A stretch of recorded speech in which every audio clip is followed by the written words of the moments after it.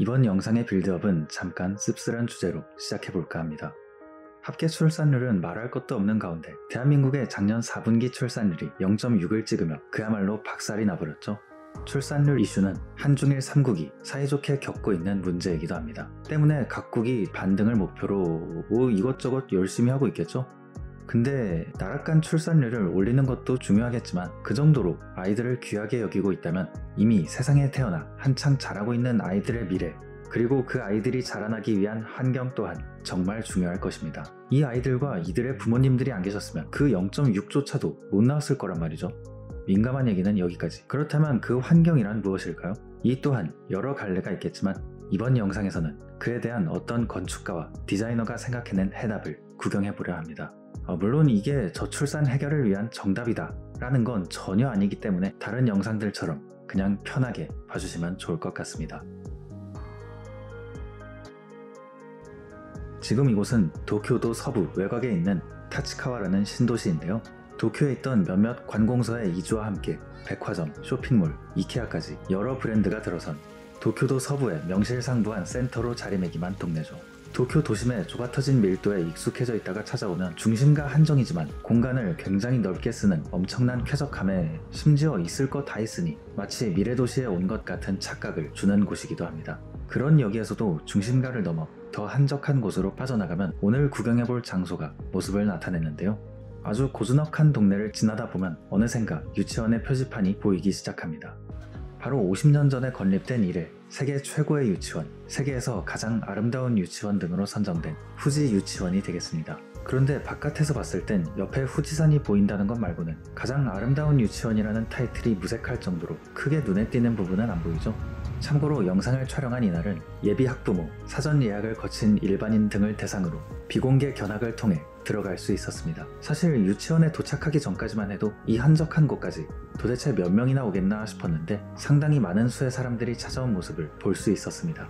유치원 측에서 준비한 자료를 시청하고 나서야 본격적으로 내부를 구경할 수 있었는데요. 후지 유치원의 특징은 외형에서 한눈에 알 수 있듯 건물이 타원형으로 연결되어 있다는 것인데요. 밖에서 봤을 때 평범해 보였던 이유가 사실은 여기에 있는 것이죠.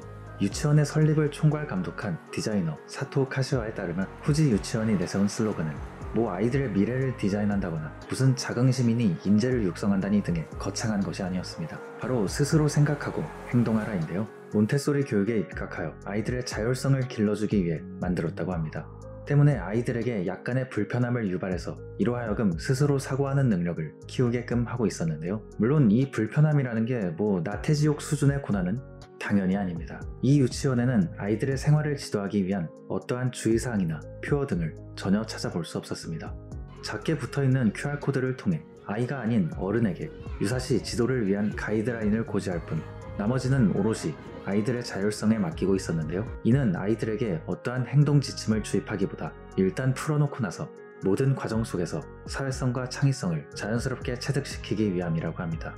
어른의 개입을 최소화하고 아이가 아닌 어른에게 주의사항을 알려주는 유치원이라니 여기에서부터 뭔가 아이들이 주인공인 곳이라는 게 느껴졌달까요? 설립에 참여한 이들 역시도 처음에는 이러한 방식이 통할까? 라며 다소 의문을 품었지만 2층의 옥상 데크를 통해 확신을 가질 수 있었다고 합니다. 이곳을 설계한 건축가는 부부 건축가 테즈카 타카하루, 테즈카 유이로 그들은 사토 카시와의 컨셉에 맞춰 유치원 건물 자체를 하나의 거대한 놀이터로 만들고자 했습니다. 메인동을 고리형으로 만들고 자연스럽게 비워진 가운데에 잔디밭을 조성해뒀으며 그와 함께 타원형의 건물 옥상에 그대로 데크를 깔아서 아이들이 원내에 어디든 정말 어디든 거닐 수 있도록 했죠. 첫인상은 마치 가우디의 까사밀라가 아이들 중심적으로 변신한 느낌이었달까요? 이곳의 부지 자체가 통행량이 많은 도로변에 나 있기 때문에 놀이터를 안쪽으로 배치하고 건물로 울타리를 만든 것이 어떻게 보면 굉장히 합리적인 배치죠. 여기에는 1층 교실이 내려다 보이는 개구부가 군데군데 배치되어 있고 심지어 거대한 나무까지 바닥을 뚫고 하늘 높이 올라와 있는데요. 나무가 서 있는 개구부에는 밧줄이 감겨 있는 걸 확인할 수 있는데 이것들은 원래 단순히 유치원의 채광과 안전상의 이유로 만들어진 것으로 그 이상의 쓰임새는 따로 생각해두지 않았었다고 합니다. 그런데 놀랍게도 어느 날부터인가 창을 통해 아이들이 커뮤니케이션을 하고 설치된 안전망을 트램펄린처럼 활용하기 시작했다고 합니다. 어른들의 시선으로는 생각하기 힘들었던 새로운 놀이가 아이들에 의해 만들어진 것입니다. 물론 생각하기에 따라선 다소 위험해 보였을 것 같은데 유치원 측에서 안 되라고 하기보다 이 발견에 주목했다는 사실도 꽤 놀랍죠. 그들의 교육 방침이 정말 진심임을 확인할 수 있는 부분이었는데요. 그도 그럴 게 건축가 테즈카 타카우루는 예전에 지붕의 집이라는 주택 프로젝트를 통해 이 같은 개념을 이미 선보인 바 있으며 이렇게 일반적으로 사용되지 않던 공간에 새로운 공공성을 부여하는 것을 좋아한다고 합니다. 여기에서도 유치원의 완공 이후 아이들을 2층으로 올려보냈더니 자연스럽게 한 바퀴 뛰는 모습을 보며 눈물을 흘렸다고 하네요. 사실 나중에 그가 밝히길 그는 난간이 없이 그야말로 완벽한 지붕 느낌을 내고 싶었지만 아무래도 여긴 유치원이기 때문에 10cm 간격의 난간을 필수로 설치해야 하는 아쉬움이 있었다고 합니다. 그건 좀... 하지만 운동회 등의 이벤트가 있는 날이면 아이들이 난간에 일렬로 기대어서 안전하게 걸터 앉을 수 있게 되었으며 결과적으로 그는 아이들만 앉을 수 있는 방식이 만들어져 만족했다고 합니다. 이렇게 유치원 자체가 아이들의 스케일에 맞춰져 있다 보니 이외에도 재미있는 구역들도 많이 보이는데요. 유치원을 한 바퀴 돌다 보면 마찬가지로 나무를 감싸고 있는 원형 건물을 마주할 수 있습니다. 이곳은 건물 놀이터의 개념을 더욱 극대화한 나무의 집이라는 별관으로 건물 자체가 일반적인 휴먼 스케일과는 달리 아이들의 눈높이에 맞춰 지어진 곳이 되겠습니다. 내부가 난간과 계단, 바닥, 그리고 나뭇가지들이 얽히고 설켜서 마치 자연에 침식된 건물을 보는 듯하죠. 아이들은 작고 가벼워서 가운데의 나무를 타고 올라가기도 한다고 하네요. 진짜 자연산 정글짐 같은 느낌? 저는 견학이라는 특수한 상황 덕분에 들어가 보긴 했지만 워낙에 아이들이 아니면 지나가기 힘들 정도로 낮고 좁아서 무리해서 올라갈 수는 없었기 때문에 이쯤 구경하고 내려가 보도록 하겠습니다. 다시 1층으로 내려와서 한 바퀴 돌아보면 위에서 봤던 잔디밭을 따라 쭉 연결되어 있는 교실들이 보이는데요. 게다가 단순히 외관만 연결되어 있는 게 아니라 화장실이나 외부 통로를 제외한 내부 역시 고리 형태로 연결되어 있으며 벽이 아닌 유리 파티션으로 공간을 구분하고 있었습니다. 이를 통해 공간의 레이아웃을 다양하게 변화시킬 수도 있고 한여름에는 파티션을 전부 개방해서 소외된 공간이 없도록 하나로 이어진다고 하네요. 건물을 관통하는 나무 역시 그대로 노출되어 교실의 환경을 이루고 있으며 심지어 교실뿐 아니라 유치원 직원들의 자리, 원장실까지도 하나로 연결된다고 하는데요. 진짜 어린이용 애플파크인가 싶은 생각마저 들었네요. 이를 통해 유치원의 사각지대를 완전히 없애버림과 동시에 안과 바깥의 구분을 없애 말 그대로 이곳 전체가 하나의 놀이터가 되는 것입니다. 높낮이 단차가 없는 미닫이문으로 된 것도 이러한 이유에서이기도 하고요. 견학 당시는 잔디밭 출입을 제재하기 위한 차단봉이 서 있었지만 평상시에는 아무런 울타리도 없다고 하네요. 잔디밭은 애들 거라는 그런 거겠죠? 이 구조를 충분히 활용하기 위해 아이들 역시 정해진 자리가 따로 없는 데다 의자를 멋대로 끌어안거나 심지어 다른 교실에 갔다 와도 딱히 제재하지 않는다고 하는데요. 괜찮나? 건물이 하나로 이어져 있듯이 내부의 모든 교실 또한 크게 보면 하나의 반으로서 연결되어 있는 셈입니다. 이렇게 후지 유치원을 한 바퀴 돌아봤는데 어떠셨나요? 저도 처음에는 단지 유명 디자이너와 건축가가 설계했다고 하니 흥미가 생겨서 찾아간 곳 이상도 이하도 아니었는데요. 견학이 끝나고 나서는 고작 그런 것과는 아무런 상관없이 정말 이상적인 유치원이 있다면 바로 여기일까 생각되는 곳이었습니다. 정말 몬테소리 할아버지도 울고 갈 자율성에 혀를 내두르게 되는데요.